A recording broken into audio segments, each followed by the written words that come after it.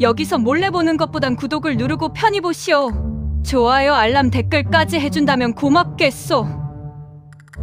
아직도 구독 안 누르다니 빨리 누르시오. 묵룡천마 팔막, 붉은 안개 속의 신화, 벼랑 끝의 늑대들, 거친 숨소리가 혈영곡 입구의 정막을 찢었다. 낭떠러지와 다름없는 비탈기를 비틀거리며 내려온 독고행은 자신의 어깨에 기댄 거구의 산에 백호를 지탱하며 필사적으로 발을 내디뎠다. 백호의 상태는 처참했다. 함곡협곡에서 무림맹과 은하표국의 무인들을 상대한 그의 등과 허벅지에는 깊은 검상이 수없이 그어져 있었고, 흐르는 피가 독고행의 옷자락까지 축축하게 적시고 있었다. 조금만 더 가면 된다. 백호, 정신 놓지 마라. 독고행의 목소리도 갈라져 쇳소리가 났다. 역체변환술로 바꾼 평범한 장안의 얼굴은 땀과 피로 얼룩져 있었지만 그 눈빛만은 죽지 않은 늑대처럼 형형하게 빛나고 있었다.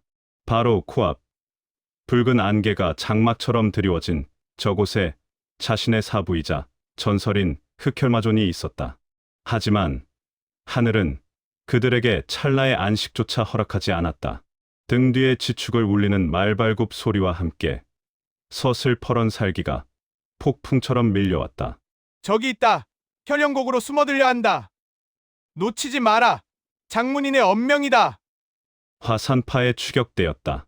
선두에는 함곡협곡에서 독고행에게 무궁의 파회를 당해 치욕을 입은 장로 운진이 이를 갈며 달려오고 있었다.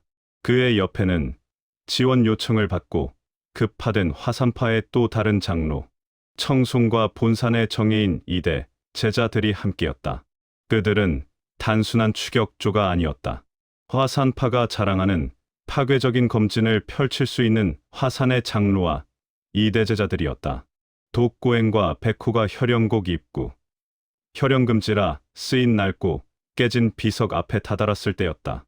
허공을 가르는 파공음과 함께 수십 명의 화산파 고수들이 그들의 앞을 가로막았다. 퇴로는 없었다. 뒤는 붉은 안개가 소용돌이치는 죽음의 계곡, 앞은 시퍼런 검기를 뿜어내는 화산의 도사들이었다. 운진 장로가 말에서 내려 검을 겨눴다. 그의 눈에는 증오가 이글거리고 있었다. 멈춰라. 더 이상 갈 곳은 없다. 운진의 목소리가 떨렸다. 그것은 분노이자 자신의 무공을 깨트린 정체불명의 놈에 대한 두려움이 섞인 전율이었다. 감히 화산의 무공으로 화산파를 모함하고 화산파 제자들을 도륙하다니! 오늘 내 놈들의 사지를 찢어 화산의 영령들 앞에 제물로 바치겠다! 독고행은 백호를 비석 아래 조심스럽게 내려놓았다. 백호는 가쁜 숨을 몰아쉬면서도 피 묻은 손으로 곁에 떨어진 부러진 도더를 잡으려 애썼다. 그만둬, 백호. 넌 쉬어라. 독고행이 백호의 어깨를 누르며 일어섰다. 내공은 바닥을 드러내고 있었고 흑영신법을 펼칠 기력조차 남아있지 않았다. 하지만 독고행은 품속에서 흑철 단도를 꺼내 들었다. 화산파, 명문 정파라 자부하면서 떼거지로 몰려다니는 꼴이 우습구나. 독고행의 비릿한 조소에 청송 장로가 나서며 코웃음을 쳤다. 죽을 때가 되니 혓바닥만 길어졌구나. 운진 사형 이놈입니까? 화산의 무공을 흉내낸다는 자가? 조심하게 청송사제. 놈의 눈을 봐라. 보통 내기가 아니다. 빈틈을 보이면 반드시 물어뜯을 놈이다. 운진은 신중했다. 그는 이미 독고행의 무공에 당해본 경험이 있었다. 그는 손을 들어 신호를 보냈다. 제자들은 늘어라. 천강검법 72수 연안진을 펼쳐 단숨에 제압한다. 운진과 청송, 2명의 장로와 5명의 이대 제자들이 일제히 검을 뽑아 들었다. 7자루의 검이 북두칠성의 방위를 점하며 독고행을 포위했다. 천강검법, 화산파 검학의 정수이자 고수들을 상대하기 위해 만들어진 파괴적인 검진이었다. 72가지의 변화가 꼬리에 꼬리를 물고 이어지며 갇힌 자를 갈아버리는 절진이었다. 청송의 외침과 함께 검진이 발동했다. 하늘에서 별똥별이 떨어지듯 날카로운 검기들이 독고행의 전신을 향해 쇄도했다. 독고행은 이를 악물었다. 피할 곳이 없었다. 그는 자아신공의 요결인 자기부쟁을 떠올리며 범을 막으려 했으나 쏟아지는 검기는 그가 감당할 수 있는 수준을 넘어서 있었다. 여기까지인가. 사부님을 코앞에 두고 첫 번째 검기가 독고행의 어깨를 스치고 지나갔다. 붉은 선혈이 튀었다. 이어지는 두 번째, 세 번째 검기가 그의 목과 심장을 노리고 날아들었다. 그 절체절명의 순간이었다. 시끄럽구나. 나직하지만 공간 전체를 짓누르는 기이한 목소리가 붉은 안개 속에서 흘러나왔다. 마치 심연의 밑바닥에서 울려 퍼지는 듯한 음성이었다. 우웅. 순간 쏟아지던 화산파의 검기들이 보이지 않는 벽에 막힌 듯 허공에서 뚝 멈추어 섰다. 맹렬하던 기세가 순식간에 사라지고 공기 자체가 무겁게 가라앉았다. 누구냐? 청송 장로가 경악하며 소리쳤다. 혈영곡 입구의 붉은 안개가 기적처럼 좌우로 갈라졌다.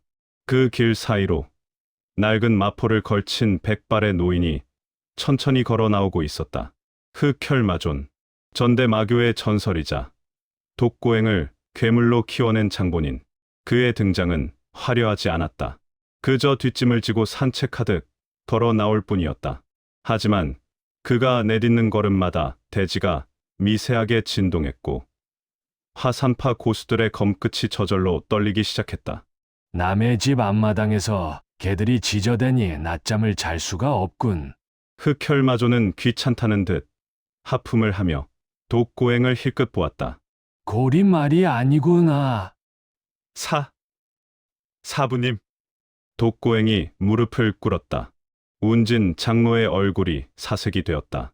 저 노인에게서 느껴지는 기운은 인간의 것이 아니었다. 제자라고? 그럼 내 놈이 저놈의 스승이란 말이냐? 청송 장로가 호통을 치며 검을 겨눴다. 늙은이가 죽고 싶어 환장했구나. 감히 화산의 검진 앞에서 허세를 부려. 청송은 흑혈마존의 무의를 짐작하지 못했다. 그는 이내 제자들에게 눈짓을 보냈다. 검진을 좁혀라. 늙은이와 저놈들을 한꺼번에 베어버린다. 어리석은 것들. 흑혈마존이 피식 웃었다. 천강검법 72수라. 너희들 사부도 그 검법을 쓰며 내게 덤벼들었었지. 5명의 제자들이 동시에 검을 뻗었다. 검진의 톱니바퀴가 맞물리며 수십 개의 검기가 흑혈마존을 향해 쏘아졌다. 바위도 가루로 만들 위력이었다. 하지만 흑혈마존은 피하지 않았다. 그가 가볍게 손가락을 튕겼다. 믿을 수 없는 일이 벌어졌다. 날아오던 검기 중 하나가 흑혈마존의 손가락 끝에 닿자마자 쨍그랑 소리를 내며 산산조각이 났다. 흑혈마존은 쏟아지는 검기 사이를 마치 춤추듯 유유히 걸어 다녔다. 검날이 그의 옷자락을 스칠 듯했지만 결코 닿지 않았다. 그는 왼손으로 뒷짐을 진 채 오직 오른손 하나만으로 화산파의 검진을 상대하고 있었다. 체쟁. 한 제자의 검이 흑혈마존의 어깨를 노리고 찔러 들어왔다. 흑혈마존은 고개도 돌리지 않고 겉면을 손가락으로 툭 쳤다. 검은 궤도를 잃고 옆에 있던 다른 제자의 검과 부딪혀 불꽃을 튀겼다. 검로가 뻔해. 다음 수가 눈에 훤히 보이는구나. 이러고도 화산의 제자라 할 수 있느냐? 흑혈마존은 제자들을 조롱하며 훈계하듯 공격을 받아냈다. 청송 장로가 분노하여 본신 내공을 끌어올렸다. 그의 검 끝에서 푸른 매화 형상의 검강이 피어올랐다. 매화말리향! 청송과 운진 두 장로가 합세하여 검진의 위력을 극대화했다. 72수의 검초가 폭풍처럼 휘몰아치며 흑혈마존을 완전히 가둬버렸다. 독고행조차 눈으로 쫓을 수 없는 속도였다. 이제야 좀 볼만하구나. 흑혈마존의 눈빛이 순간 번뜩였다. 하지만 형체만 흉내낼 뿐 그 안에 담긴 의의가 썩었어. 흑혈마존이 처음으로 뒷짐진 손을 풀었다. 그가 오른팔을 천천히 휘저었다. 단순한 동작이었으나 그 궤적을 따라 붉은 잔상이 거대한 용처럼 피어올랐다. 혈영외천! 흑혈마존의 소매에서 터져 나온 붉은 폭풍이 천강검법의 검막을 안쪽에서부터 찢어발겼다. 5명의 이대 제자들이 비명과 함께 허공으로 튕겨나갔다. 그들의 검은 엿가락처럼 휘어졌고 전신의 혈도가 뒤틀려 바닥에 처박혔다. 뼈가 부러지는 소리가 협곡을 울렸다. 즉사였다. 단 한 번의 반격, 화산파의 미래라 불리던 정예들이 손짓 한 번에 낙엽처럼 쓸려나갔다. 검진의 주축이었던 청송 장로 역시 충격을 이기지 못하고 비틀거렸다. 그의 입에서 붉은 선혈이 주르륵 흘러내렸다. 청송은 공포에 질린 눈으로 노인을 올려다보았다. 인간이 아니었다. 이것은 무공의 경지를 넘어선 재앙이었다. 흑혈마존이 손바닥을 청송을 향해 뻗었다. 보이지 않는 거대한 손바닥이 청송을 덮쳤다. 혈영만마장! 청송 장로는 비명조차 지르지 못했다. 그의 몸이 붉은 핏물로 변해 허공으로 흩어졌다. 시신조차 남기지 못한 완전한 소멸이었다. 협곡에는 이제 흑혈마존과 독고행 일행, 그리고 주저앉은 운진 장로만이 남았다. 운진 장로는 다리가 풀려 일어설 수 없었다. 눈앞에서 동료와 제자들이 순식간에 삭제되는 광경을 목격한 그의 정신은 붕괴 직전이었다. 운진은 체면도 잊고 바닥을 기며 뒷걸음질 쳤다. 오줌을 지린 바지가 축축했다. 흑혈마존은 운진에게 다가가다가 멈칫했다. 그는 자신의 손을 내려다보며 쳇 하고 혀를 찼다. 늙어서 그런가? 피냄새가 역하구나. 예전 같았으면 내 놈의 머리통까지 뽑아 혈영곡의 경계석으로 썼을 터인데. 흑혈마존의 눈빛에서 살기가 조금 거쳤다. 세월이 그를 무디게 만든 것일까? 아니면 오랜 은거가 그의 성정을 변화시킨 것일까? 그는 파리를 쫓듯 손을 휘저었다. 꺼져라! 내 마음이 바뀌기 전에 기어 돌아가란 말이다. 가서 너희 장문인에게 전해라. 흑혈마존의 목소리가 천둥처럼 운진의 귓가에 박혔다. 혈영곡의 주인은 아직 죽지 않았다고. 다시 내 잠을 깨우러 온다면 그때는 화산을 치워버리겠다고. 운진 장로는 그 말이 끝나기가 무섭게 비명을 지르며 말에 기어올랐다. 그는 뒤도 돌아보지 않고 채찍질을 하며 도망쳤다. 멀어지는 그의 뒷모습에는 패배의 절망과 함께 언젠가 반드시 이 치욕을 갚겠다는 도끼 어린 살기가 서려 있었다. 흑혈마존은 도망치는 운진을 한참 동안 바라보았다. 그의 눈빛은 깊은 심연처럼 알 수 없는 감정을 담고 있었다. 사부님. 독고행이 힘겹게 몸을 일으키며 다가왔다. 흑혈마존은 천천히 고개를 돌려 피투성이가 된 제자를 바라보았다. 고리 말이 아니구나. 한편 혈영곡에서 화산파와 흑혈마존의 천지를 뒤흔드는 격돌이 벌어지고 있던 그 시각, 강호의 이면에서는 칼과 피 대신 탐욕과 배신으로 얼룩진 또 다른 전쟁이 벌어지고 있었다. 마교 흑살대가 중원 활동을 위해 새롭게 마련한 비밀 거점은 섬서성, 성도의 가장 번화한 거리 뒷골목, 금룡도박장의 지하 밀실이었다. 지상은 도박꾼들의 욕설과 환호성, 술 냄새와 땀 냄새가 뒤섞인 아수라장이었으나 두꺼운 철문으로 차단된 지하 밀실은 서늘한 정적만이 감돌고 있었다. 밀실의 상석에는 흑살대의 실권자이자 마교 내 급진파의 수장인 연무 장로가 앉아 있었다. 그는 탁자 위에 놓인 서신을 태우며 불꽃이 종이를 집어삼키는 모습을 무표정하게 응시했다. 그 맞은편에는 화려하지만 어딘가 천박해 보이는 비단 옷을 휘감은 사내 한 평이 비스듬히 앉아 있었다. 한 평, 과거 흑살대에서 가장 빠른 신법을 자랑하던 살수이자 조장이었으나 도진 조장과 독고행을 팔아넘긴 자는 연무의 충실한 지갑이 되어 있었다. 살수의 날카로움은 기름진 뱃살과 번들거리는 눈빛 뒤로 숨어버렸고 그 자리에는 돈 냄새를 맡는 거간꾼의 비열함만이 남았다. 장로님, 계산은 한치의 오차도 없습니다. 한평이 두툼한 장부를 탁자 위로 밀어보냈다. 무림맹 재무당주 조천익이 빼돌린 횡령. 자금은 제가 운영하는 이 도박장과 고리대금업을 통해 완벽하게 세탁되었습니다. 정파놈들은 자기네 돈이 돌고 돌아 결국 자기들 목을 칠 칼을 사는데 쓰인다는 걸 꿈에도 모를 겁니다. 한평은 낄낄거렸다. 그의 웃음소리는 천장 위 도박판의 소음보다 더 역겹게 들렸다. 서역의 용병들을 고용할 자금과 남은 혈마심 조각을 취할 살수들과 자금은 모두 확보했습니다. 이제 명령만 내리시면 언제든 움직일 수 있습니다. 연무는 장부를 훑어보며 만족스러운 듯 고개를 끄덕였다.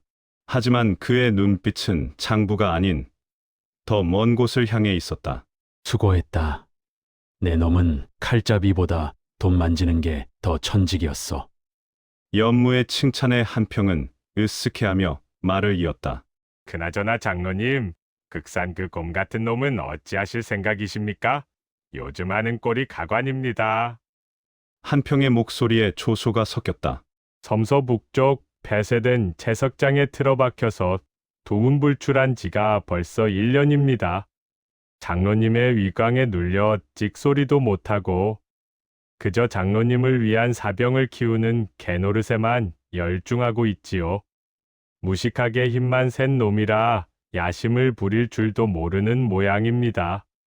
그저 시키면 시키는 대로 훈련만 하고 있으니 쯧쯧. 한평은 흑산을 진심으로 경멸했다. 과거 흑영대 교두로서 자신을 가르치려 들었던 흑산이 이제는 자신의 자금 지원을 받아 연명하는 처지가 되었다는 사실이 그에게는 더할 나위 없는 유의였다. 연무는 찻잔을 들어 올리며 피식 웃었다. 내버려 두어라. 사냥개는 굶주리고 사나울수록 좋은 법이다. 극산이 기를 쓰고 키운 병력이 결국 누구의 칼이 되겠느냐? 놈이 아무리 발버둥 쳐봤자 혈마심의 조각을 쥐고 있는 내 손바닥 아니다. 연무의 오만함은 하늘을 찌르고 있었다. 그는 자신이 모든 판을 통제하고 있다고 믿었다. 하지만 그것은 치명적인 착각이었다. 그는 한평의 보고만을 믿고 흑산이라는 짐승이 어둠 속에서 어떻게 변해가고 있는지 확인하지 않았다. 한평의 조소와 달리 섬서성 북쪽에 폐쇄된 채석장은 단순한 훈련장이 아니었다. 그곳은 지옥이었다. 달빛조차 제대로 들지 않는 깊은 숲속, 깎아지른 절벽 아래 마련된 흑산의 은신처에는 비릿한 피냄새와 함께 숨막히는 살기가 진동하고 있었다. 수십 명의 하급 무사들이 흑산의 지도 아래 서로를 죽일 듯이 대련하고 있었으나 그들의 움직임은 인간의 것이라기보다는 짐승의 발악에 가까웠다. 그리고 그 중심에 흑산이 있었다. 그는 상의를 탈의한 채 거대한 바위 위에 가부좌를 틀고 있었다. 겉보기에는 명상에 잠긴 듯했으나 그의 전신에 서는 검은 아지랑이 같은 기운이 쉴 새 없이 피어오르고 있었다. 그것은 일반적인 흑영마공의 기운보다 훨씬 탁하고 동시에 흉포했다. 연무, 그리고 나를 비웃는 한평, 이 쥐새끼 같은 놈들.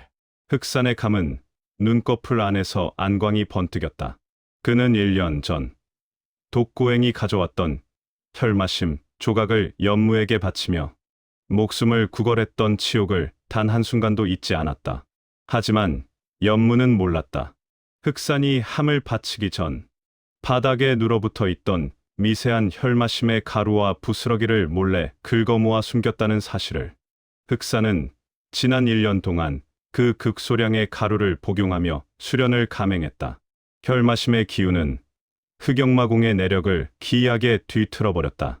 그의 근육은 강철처럼 단단해졌고 내공은 폭발적으로 증폭되었으나 그 대가로 그의 정신은 점점 더 잔혹한 마성에 잠식되어 가고 있었다.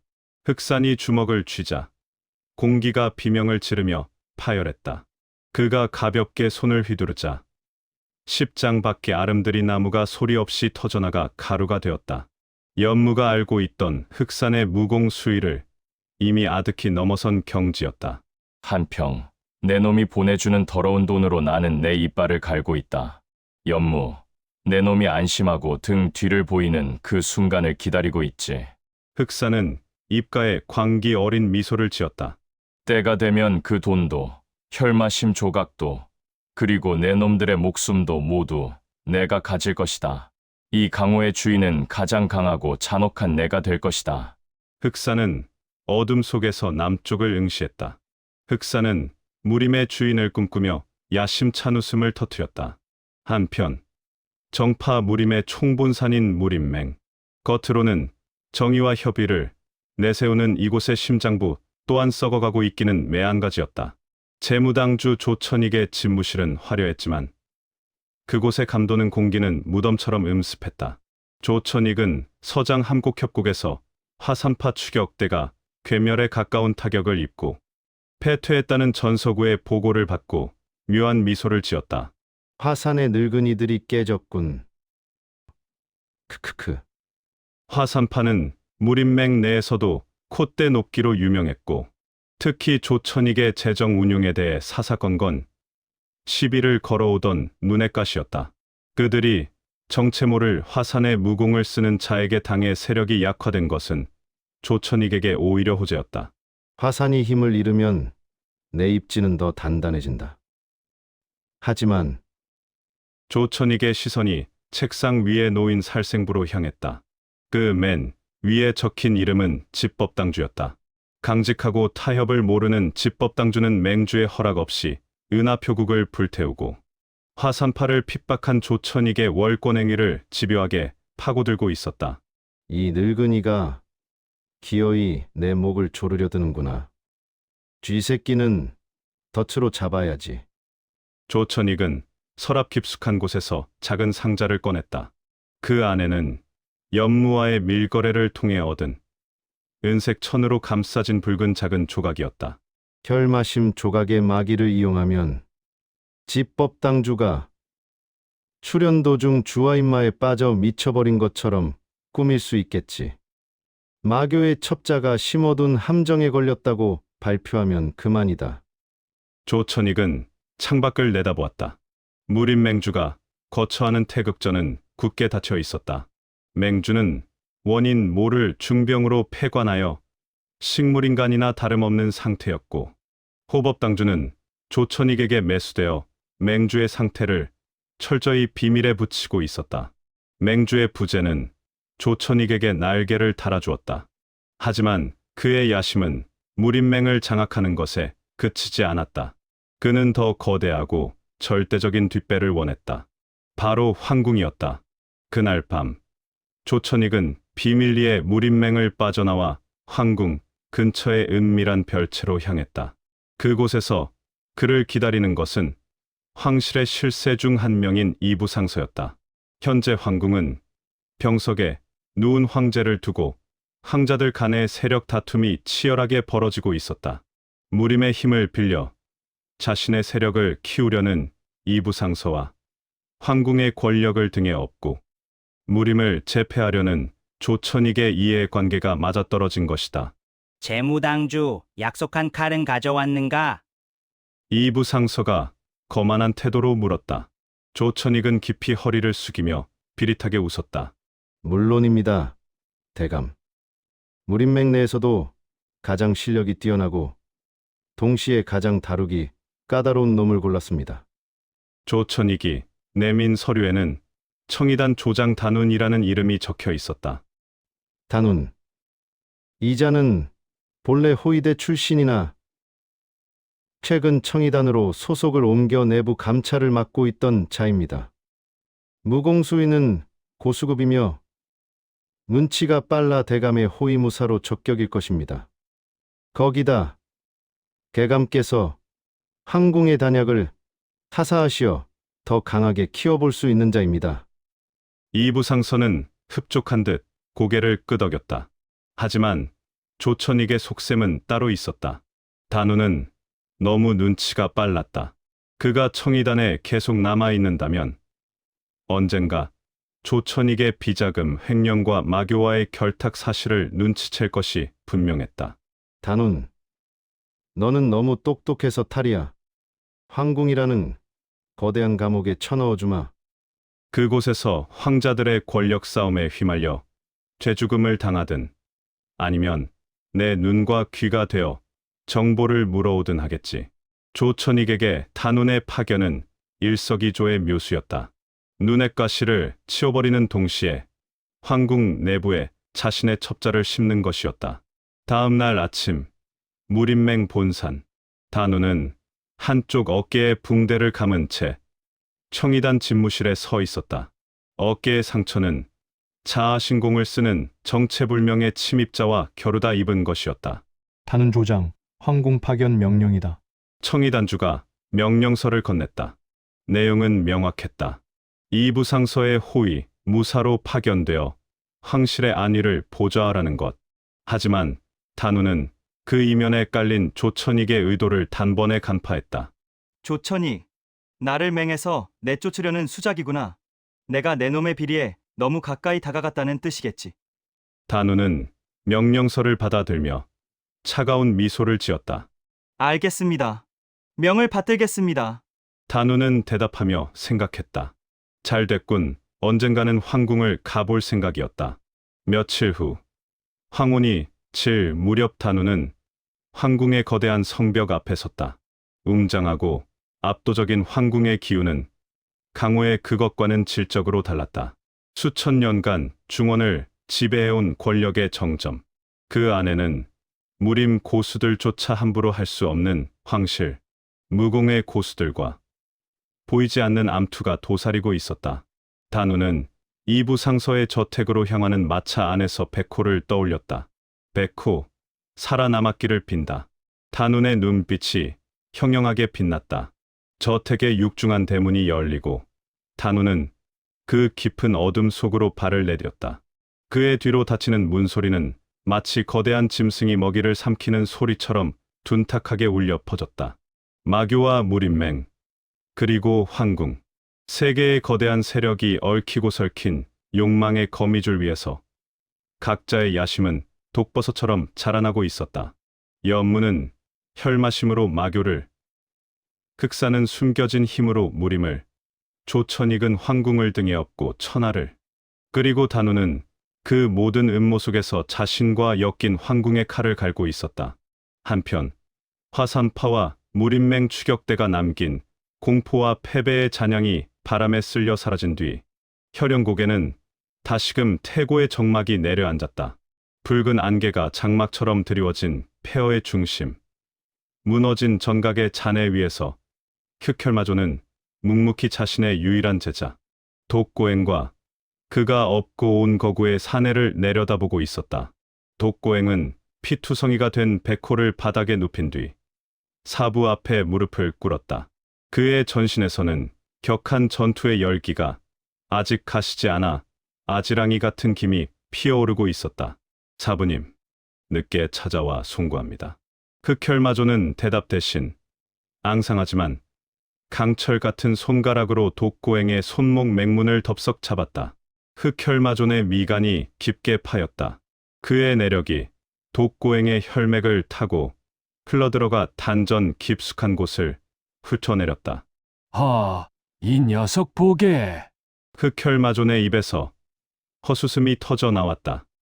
물과 기름은 섞일 수 없는 법이거늘. 내 놈 단전 안에서 마귀와 정기가 한 덩어리가 되어 춤을 추고 있구나. 자칫했으면 주와 임마로 혈관이 터져 죽었을 것이야. 도대체 무슨 짓을 한 게냐? 화산의 늙은이들을 속이려고 일부러 이런 짓을 벌였느냐? 독고행은 고개를 저으며 담담히 대답했다. 일부러 그런 것은 아닙니다.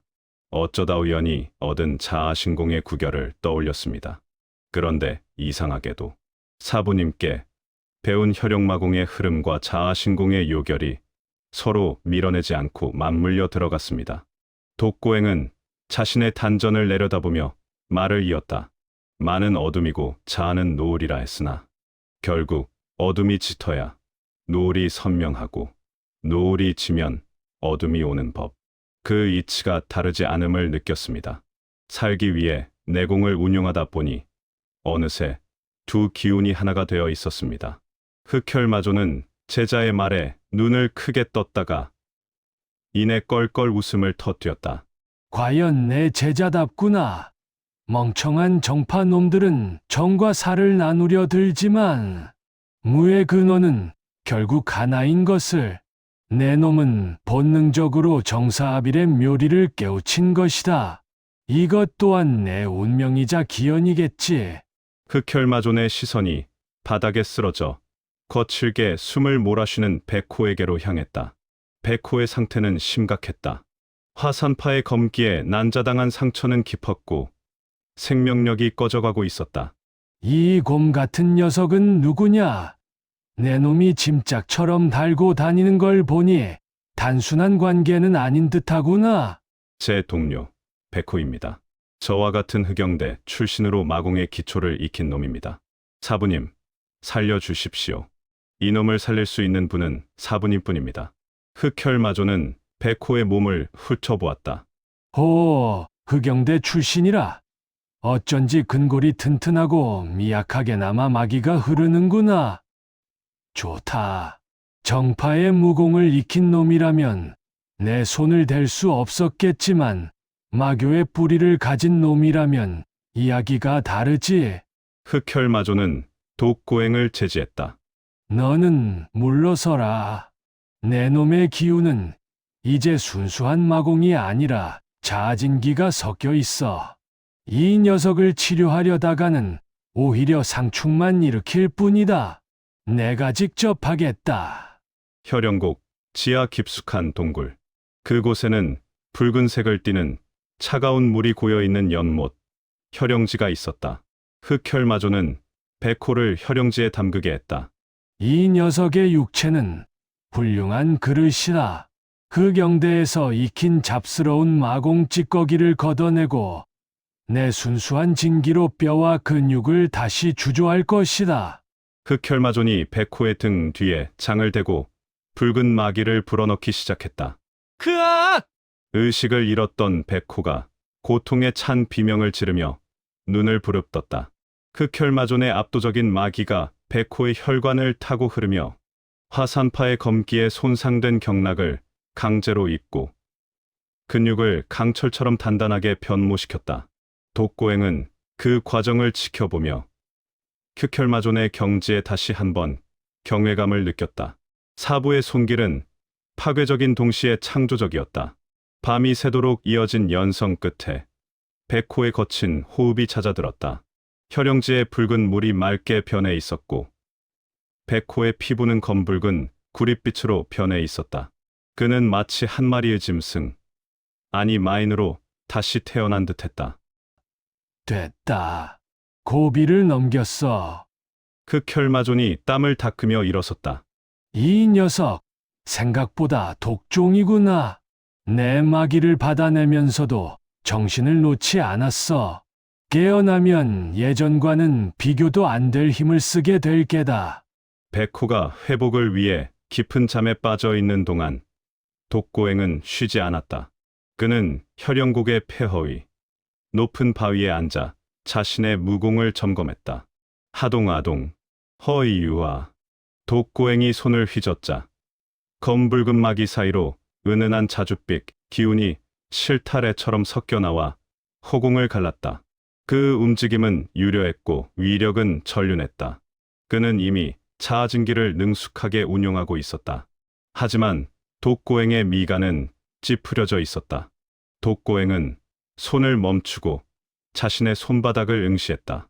힘은 넘치는데 무언가 끝이 뭉툭한 느낌이었다. 강물은 흐르는데 바다로 나가는 길을 못 찾고 맴도는 기분. 자신이 본능적으로 깨우친 것은 극히 일부의 요결뿐. 자아신공의 시작과 끝을 관통하는 전체적인 맥락이 없으니 혈영마공과의 융합도 완벽한 하나가 되지 못하고 있었다. 이대로는 안 된다. 지금은 통하지만 초절정의 고수들과 부딪히면 이 미세한 틈이 나를 쓰러뜨릴 것이다. 독고행은 갈증을 느꼈다. 자아신공의 나머지 구결, 화산파의 심장부에 있을 그 원본이 필요했다. 그때 등 뒤에서 흑혈마존의 목소리가 들렸다. 막히느냐? 예, 사부님. 두 기운을 부리는 데는 문제가 없으나 그 끝이 맞닿지 않는 느낌입니다. 마치 무언가 부족한 듯 부드럽지 않은 것 같습니다. 흑혈마존은 독고행의 옆에 걸터 앉으며 고개를 끄덕였다. 당연하지. 너는 지금 천하에서 말도 안 되는 두 무공을 본능만으로 묶어 놓았다. 그것을 완성하려면 근본이 되는 뿌리를 모두 취해야 한다. 화산에 가야 할 이유가 생긴 게로구나. 흑혈마존은 먼 산을 바라보며 쓸쓸한 미소를 지었다. 고행아, 나는 늙었다. 이제 와서 강호에 나가 명성을 떨칠 생각도 복수를 할 기력도 없다. 하지만 너는 다르지. 그는 잠들어 있는 백호 쪽을 턱짓으로 가리켰다. 저 곰 같은 녀석은 여기에 두고 가거라. 독고행이 놀라 사부를 쳐다보았다. 백호를 말입니까? 그래. 놈의 몸은 내 마기로 새롭게 빚어졌으나 아직 그 힘을 다루는 법을 모른다. 이대로 너를 따라 나섰다가는 제 힘에 휘둘려 폭주하거나 개죽음을 당할 뿐이다. 내가 데리고 있으며 마공을 다루는 법을 가르치마. 쓸만한 칼이 되어 너에게 돌아갈 때까지. 독고행은 잠시 고민하다가 이것이 백호를 위한 최선임을 깨달았다. 백호가 더 강해져야만 자신의 곁에 설 수 있었다. 감사합니다, 사부님. 백호를 부탁드립니다. 흑혈마존은 자리에서 일어나 독고행의 어깨를 두드렸다. 너는 정리가 되는 대로 떠나라.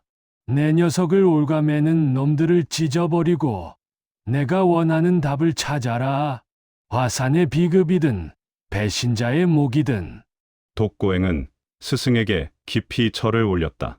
그의 눈빛은 더 이상 흔들리지 않았다.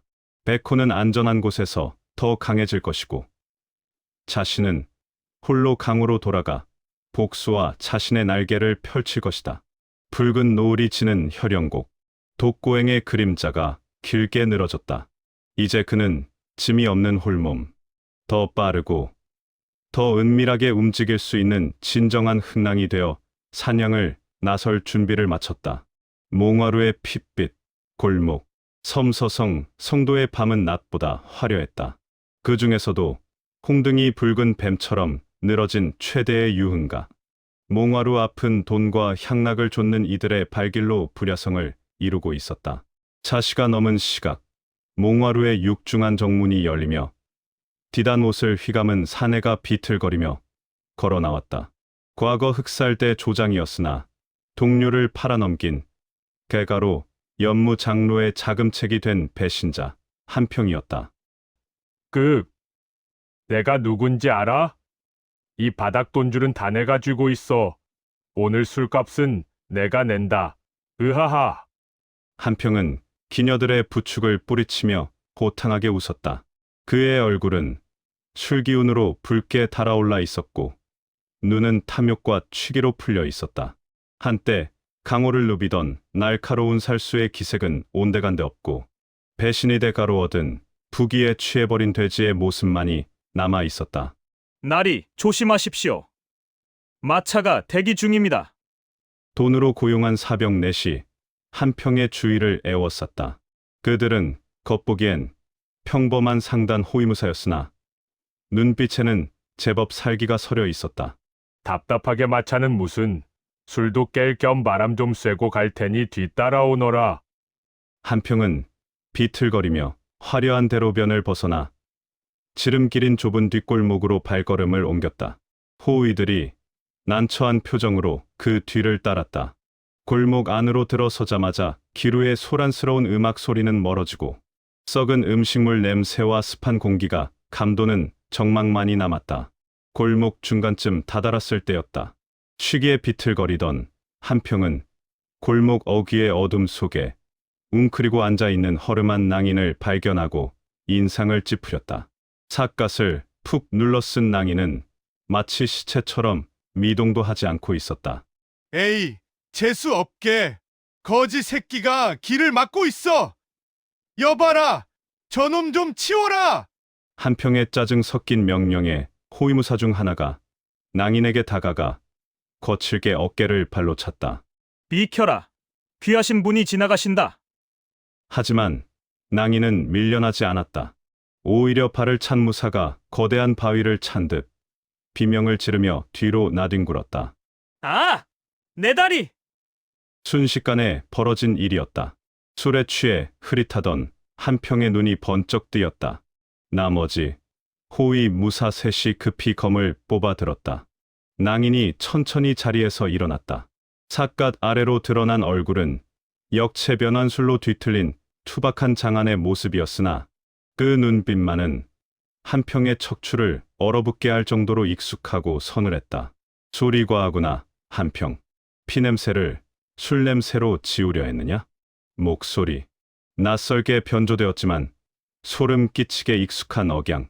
한평의 술기운이 단번에 달아났다. 누구냐? 내 놈은? 독고행은 대답 대신 움직였다. 하동하동 노을이 움직이면 나 또한 움직인다. 자아신공의 묘리가 섞인 흑영신법은 어두운 골목에 붉은 잔상만을 남겼다. 호위 무사들이 검을 휘두르기도 전에 독고행의 손날이 그들의 목울대와 명치를 차례로 가격했다.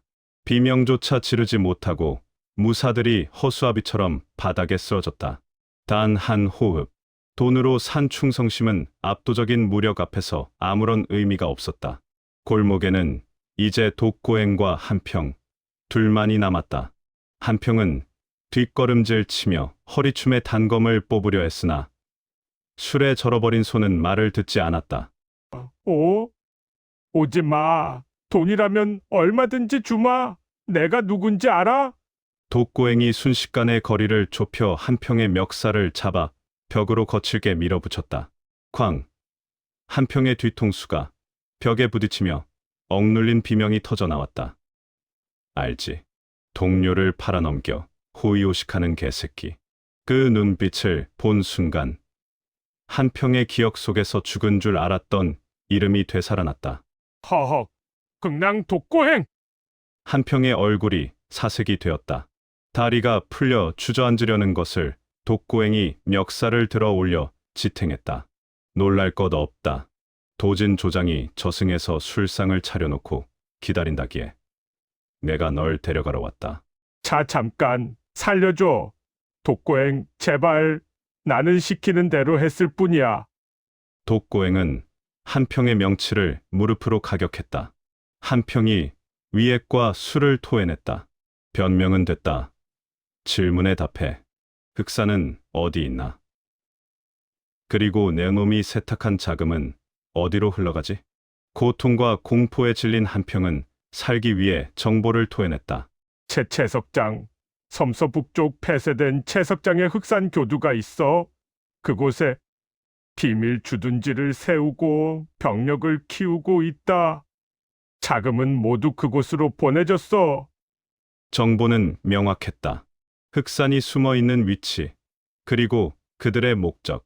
독고행은 싸늘하게 고개를 끄덕였다. 고맙다. 이 정보는 유용하게 쓰마. 다 살려준다고 했잖아. 내가 말했으니. 독고행의 손바닥에 검붉은 혈육마공의 기운이 어렸다. 하지만 겉으로 드러나지 않도록 내력을 안으로 갈무리했다. 살려준다고는 안 했다. 고통 없이 보내준다고 했지. 퍽. 독고행의 장력이 한평의 가슴을 강타했다. 뼈가 부러지는 소리도, 피가 튀는 참상도 없었다. 혈육마공의 파괴적인 진기가 피부를 뚫고 들어가 신맥만을 정확히 끊어놓았다. 한평은 눈을 크게 뜬 채 단말마의 비명도 지르지 못하고 힘없이 쓰러졌다. 겉보기에는 술에 취해 객사한 주정뱅이의 모습이었다. 정파나 관아가 조사하더라도 심장마비로 처리될 완벽한 암살이었다. 독고행은 싸늘하게 식어가는 시신을 내려다보며 옷매무새를 다듬었다. 골목 밖에서는 여전히 몽화루의 웃음소리와 노랫가락이 들려오고 있었다. 독고행은 삿갓을 다시 눌러쓰고 인파 속으로 사라졌다. 몽화루의 밤은 깊어가고 있었지만 흥랑의 사냥은 이제 막 이빨을 박아 넣었을 뿐이었다. 다음 목표는 섬서 북쪽 폐쇄된 채석장. 그곳에는 한평 따위와는 비교도 안 될 흑산이 기다리고 있었다.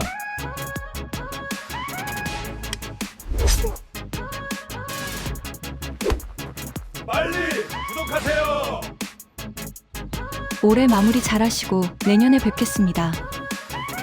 새해 복 많이 받으세요.